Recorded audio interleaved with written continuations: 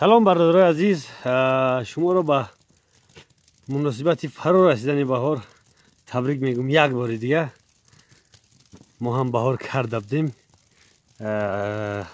شدگاه را سر کرده بودیم، بعضی همون شوندیم، بعضی چیزا شوندیم و امروز مرحمت. این برادرها در پایینو علف خریب که خشک شده است، در ما علف نو ساز شده است. در برابر ساز شدن علف ندیده است که برف هم بریده است، زمین سفید کرده گیای.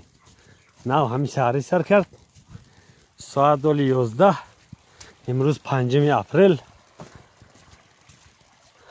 زمین هم سفید شده گیای. ما هم گفتم یک بیرون بریم یک تماشا کنیم. مردم زمین رو شدگار کردن، شنوندن، بعد شنوندن برف زد. برف و فیلم فایده داره برای سازکاری و دیگر زراعت ها. قدیس سگا گفتم یک تماشا بریم در برف خوب میشه. سگا ترن میده میتوان یک بوز بلشته کن.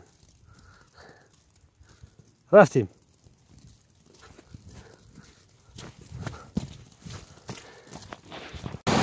و در اخیر نوار برادرایش هم گلدره آقام در روش دست است. برادرها همه شما یک سوال که در کامنتاری ها جوابی سوال انتظارم. سوال میگم، جوابش هم میگم.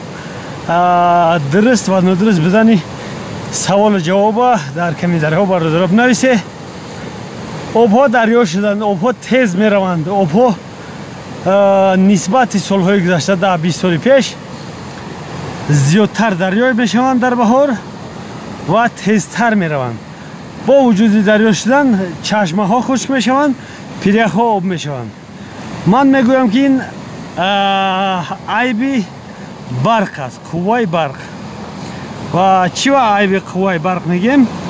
همین را برادرها بنویسه که یاد من دروغ گفتم یا کی فهمانده تید گفته. باز در نوارهای دیگر این صحبت ادامه میدیم. برادرها زنده باشیم. ما باید کوپیک خوفناک بگذاریم، نوارگیره قطع میکنیم.